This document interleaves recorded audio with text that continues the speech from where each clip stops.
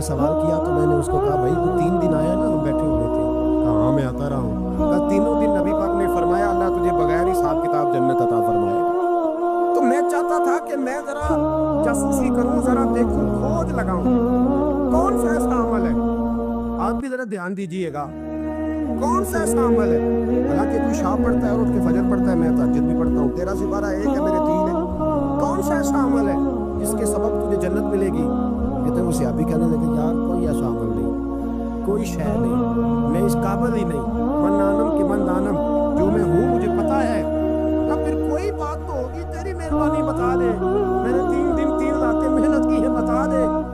کہتے ہیں وہ کہنے لگے اگر تجھے بتاؤں نا تو پھر سن. میں جب رات کو سوتا ہوں تو اپنے دل پہ نظر ڈالتا ہوں, اور سویرے جب اٹھتا ہوں تو پھر اپنے دل پہ نظر ڈالتا ہوں. موبائل پہ نہیں, کنجی پہ نہیں, چابیاں کدھر ہے, بٹوے پہ نہیں. میں رات کو سوتے ہوئے بھی اپنے دل پہ نظر ڈالتا ہوں, سویرے اٹھتے ہوئے بھی میں سب سے پہلے اپنے دل پہ نظر ڈالتا ہوں. فرماتا ہوں الحمدللہ میرے دل میں کسی کا حسد نہیں, کسی کے بارے میں کوئی کینہ نہیں, کوئی کسی کے بارے میں میل نہیں. میں اللہ کے ہر بندے کے بارے میں سوچ, نظریہ, فکر اچھی رکھتا ہوں. اور فرمایا میں تیرے بارے میں بھی اللہ یہی سوچتا ہوں کہ تو مجھ سے زیادہ نہیں. الحمدللہ اس وقت بھی میرا ذہن یہ ہے کہ انس بن مالک مجھ سے زیادہ پرہیزگار ہے. اس وقت بھی میری سوچ یہ ہے کہ محبوب کے سب صحابہ میں سب سے کمزور میں ہی ہوں. نبی عبداللہ ابن عمر کہتے ہیں میں نے اس کا ہاتھ چوما, میں نے کہا سمجھ آ گئی ہے, تیرا نظریہ, تیری سوچ پکی اور سچی مسلمان ہے. تو دل اور روح کا مسلمان ہے, تو نظر اور روح کا مسلمان ہے. یہ سبب ہے کہ اللہ کے رسول نے زمین پر چلتے ہوئے بھی تجھے 3 دفعہ جنت کی بشارت دی. حضرت عبداللہ بن عمر رضی اللہ تعالیٰ عنہ فرماتے ہیں کہ میں مدینہ منورہ سے نکلا ایک سفر کے لیے. میں نے کچھ کھجوریں, کچھ سرکہ, کچھ خشک چیزیں ساتھ رکھ لی کیونکہ سفر لمبا تھا. فرماتے ہیں کہ میں ابھی کچھ فاصلہ میں نے مدینے کا طے کیا تو ایک صحرا ہے. دوپہر کا وقت ہو گیا تو میں کھانا کھانے لگا. رمضان کا مہینہ نہیں تھا, محرم سفر کے ایام چل رہے تھے. میری باتیں سمجھ تو آ رہی ہے نا آپ حضرات کو, سب کو آ رہی ہے. اللہ آپ کو جزا عطا فرمائے. کہتے ہیں میں دوپہر کے کھانے کے لیے وہاں رکا, میں نے وہ کھجوریں نکالی, سرکہ نکالا, کھانے لگا تو ایک چرواہا بکریاں چراتا نوجوان تھا. اس کے چہرے پر میں نے بڑی روشنی دیکھی, غریب آدمی تھا, بکریاں چراتا تھا. ہم لوگ بھی جب کھانا کھانے بیٹھتے ہیں تو کوئی آ جاتا ہے تو اس کو دعوت دیتے ہیں, بھئی آ جا تو بھی کھانا کھا. کہتے ہیں میں نے اس سے کہا کہ میاں آ جا روٹی کھا لو. کہنے لگا نہیں اللہ کو, میرا دل چاہتا تھا کہ کوئی میرے ساتھ کھا لے. اللہ کے بندوں کی خواہش ہوتی ہے نا کوئی مہمان مل جائے. فرماتے میں نے دوبارہ کہا بھئی آ جاؤ کھا لو. کہنے لگا نہیں حضور اللہ آپ کو جتا دی. میں نے دوبارہ 3ری دفعہ اصرار کیا, میاں تھوڑی سی کھا لے. کہنے لگا انہوں اصرار نہ کرے, میں نے روزہ رکھا. آج مزدور جو ہے نا ان سب نے رٹا لگا کے سب کو یاد کیا ہے کہ میں جو کہ محنت کرتا ہوں تو میں نام رکھوں تو خیر. رمضان کے روزے میں مزدور چھوڑ دیتے ہیں. اللہ کسی شخص پر وہ بوجھ نہیں ڈالتا جو وہ اٹھا نہیں سکتا. رب بندوں سے پیار کرتے, اسے پتا تھا انہوں نے مزدوریاں کرنی. مزدور روزہ رکھ کے دیکھے, وہ دیکھے اسے کچھ بھی نہیں ہوگا.